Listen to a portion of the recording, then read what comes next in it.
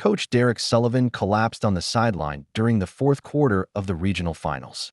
As paramedics rushed onto the field, they discovered something that would shock everyone in the stadium. Coach Sullivan wasn't having a heart attack. He was having contractions.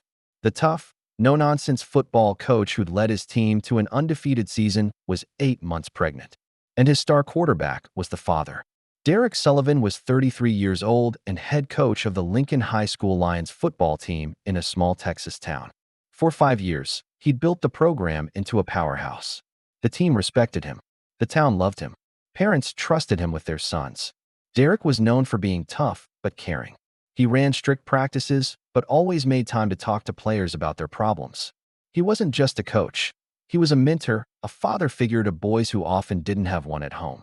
What nobody knew was that Derek was transgender. He'd transitioned 12 years ago, before moving to this town. His legal documents were changed. His medical history was private. Nobody questioned him. In Texas, a good football coach was judged by wins, not personal history. Derek's life was football. He had no serious relationships. He dedicated everything to his team. That's why what happened last spring shocked him more than anyone. Tyler Brooks was Derek's star quarterback. 19 years old, talented, charming, with a full scholarship to Westfield State University already secured. Tyler was also struggling. His father had abandoned the family when Tyler was 10. His mother worked 3 jobs to support him and his younger siblings. Derek had mentored Tyler since freshman year. He'd helped him with college applications, attended his games since middle school, became the father figure Tyler never had. Their relationship was entirely appropriate. Coach and player, mentor and student. Nothing more. Until last April. The team had just won the regional championship. Everyone was celebrating. Tyler came to Derek's office late that night, after everyone else had left. He was emotional, talking about how grateful he was for everything Derek had done for him, how Derek had changed his life. "You're like a father to me, Coach," Tyler said, tears in his eyes. "The only one who ever believed in me." Derek hugged him. It was meant to be a simple, paternal gesture, but something shifted in that moment. Tyler pulled back slightly, looked at Derek, and kissed him. Derek should have stopped it immediately. He was the adult, the authority figure, the responsible one. But he didn't stop it. The kiss deepened. And what happened next was something Derek would regret for the rest of his life. They were intimate that night. One time. One terrible mistake that violated every ethical boundary Derek believed in. The next morning, Derek was consumed with guilt and horror. He'd crossed a line that should never be crossed. Tyler was his student, his player. Derek was 33, in a position of power and authority. Derek told Tyler it could never happen again. It was wrong. They both needed to forget it ever happened. Tyler agreed, though Derek could see the hurt in his eyes. For the next month, they avoided each other. Practice was awkward. Tyler's performance suffered. But gradually, things returned to normal. They found a way to work together professionally. The incident became an unspoken thing neither acknowledged. Then, 10 weeks later, Derek started feeling sick. Derek bought a pregnancy test at a pharmacy 2 towns over. When it came back positive, he sat on his bathroom floor and cried. He went to a clinic 3 hours away. The doctor confirmed it, 12 weeks pregnant. The timeline matched exactly with that night in April. "I'm on testosterone," Derek told the doctor, his voice hollow. "I haven't had a period in 10 years. How is this possible?" The doctor explained about breakthrough ovulation, about how testosterone isn't foolproof contraception, about how his body still had the biological capability for pregnancy despite years of hormone therapy. Derek's mind was spinning. He was pregnant. With his student's baby. With Tyler's baby. The ethical nightmare was overwhelming. If anyone found out, Derek's career was over. He'd be fired, probably arrested. Tyler's scholarship would be revoked. Both their lives would be destroyed. But beyond the scandal, beyond the consequences, Derek was facing a more fundamental question. What should he do? Termination was an option. It would solve the immediate problem. Nobody would ever know. But as the weeks passed and Derek felt the baby moving inside him, he couldn't bring himself to do it. The baby wasn't responsible for the mistake Derek and Tyler had made. Derek decided to continue the pregnancy. But he also decided that Tyler could never know. The boy was 19, about to start college, with his whole life ahead of him. Learning he'd gotten his coach pregnant would destroy him. Derek would hide the pregnancy, give birth quietly during winter break, and figure out what to do from there. Tyler would go off to college never knowing. It was the only way to protect them both. Derek wore oversized coaching gear. He stood strategically during games. He blamed weight gain on stress. For months, his secret held. But hiding pregnancy while coaching football was harder than Derek anticipated. The physical demands were brutal. Running drills, demonstrating plays, breaking up fights. As his belly grew, everything became more difficult. The guilt was even worse. Every time Derek looked at Tyler on the field, he thought about the secret growing inside him. Tyler had no idea. Should Derek tell him? Did Tyler have a right to know? Derek wrestled with the ethics constantly. He'd already violated the most important ethical boundary, engaging with a student. Was keeping this secret another violation?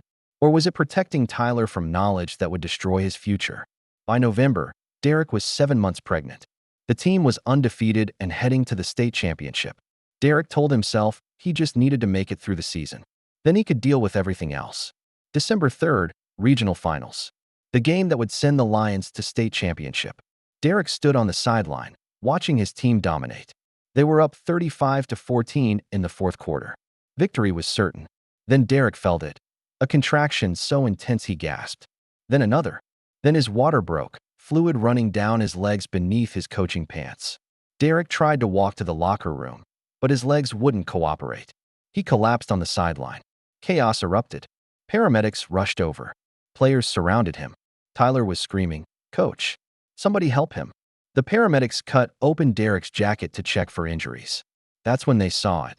The unmistakable curve of a pregnant belly, the contractions visibly rippling across his abdomen. "He's pregnant," one paramedic said, loud enough for nearby players to hear. "He's in labor." The stadium fell silent. Then whispers spread like wildfire. "Coach Sullivan is pregnant? How is that possible? Coach Sullivan is a man." Tyler pushed through the crowd of players. He saw Derek's belly, saw the paramedics preparing to transport him, and his face went white. "Coach." Derek looked at Tyler and saw the exact moment Tyler understood. The timeline, the math, the realization. "No," Tyler whispered. "Coach, is it?" Derek couldn't answer. Another contraction hit. The paramedics were loading him onto a stretcher. Tyler grabbed Derek's hand. "I'm coming with you." "No," Derek gasped. "Stay? Finish the game." "I don't care about the game," Tyler said. "If that's my baby, I'm coming." In the ambulance, Tyler sat beside Derek, holding his hand. "Why didn't you tell me?" "Because you're 19, Derek said through gritted teeth. "Because you have a scholarship. Because this would ruin your life." "It's my baby too," Tyler said. "I had a right to know." "You have a right to a future," Derek countered, "without being tied to your coach's mistake." "It wasn't just your mistake," Tyler said quietly. "I kissed you first. I wanted it too. You were my student. I was the adult. It's my responsibility." At the hospital, Derek was rushed to labor and delivery. Tyler sat in the waiting room, his phone blowing up with texts from teammates, from friends, from reporters. The story was already spreading. Coach Sullivan collapsed during game. Coach Sullivan is pregnant. Coach Sullivan and star quarterback. The rumors were wild, but most were uncomfortably close to the truth. 5 hours later, Derek gave birth to a baby girl.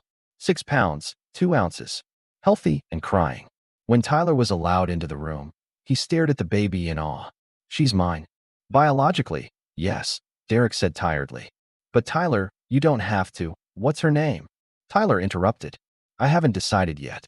Can I hold her?" Derek hesitated, then nodded.